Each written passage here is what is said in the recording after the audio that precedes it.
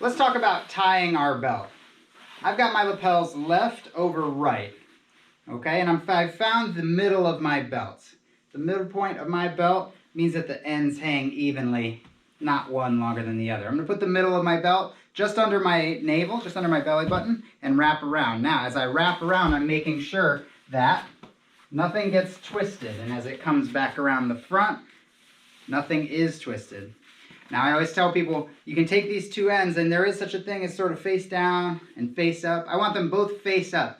And I'm gonna put my left on top of my right. So I took the left one face up on top of my right. And you notice I'm holding them both with one hand now, somewhat close to my body, not way out here.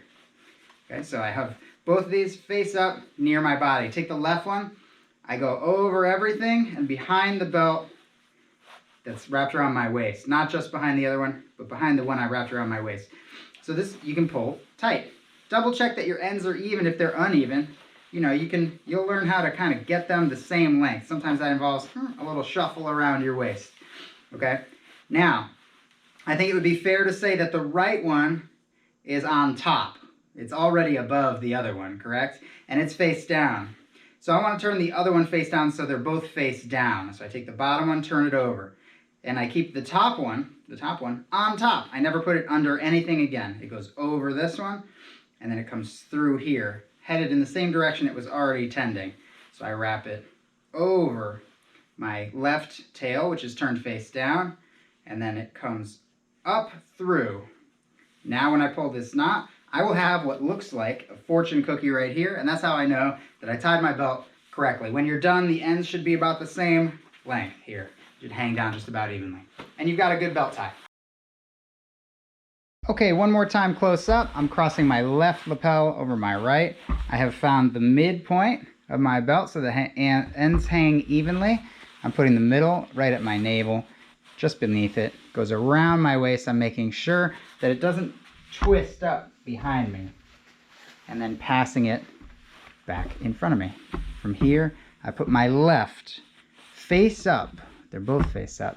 Left over right near my body. I take the left tail. It goes not just behind one, but behind both.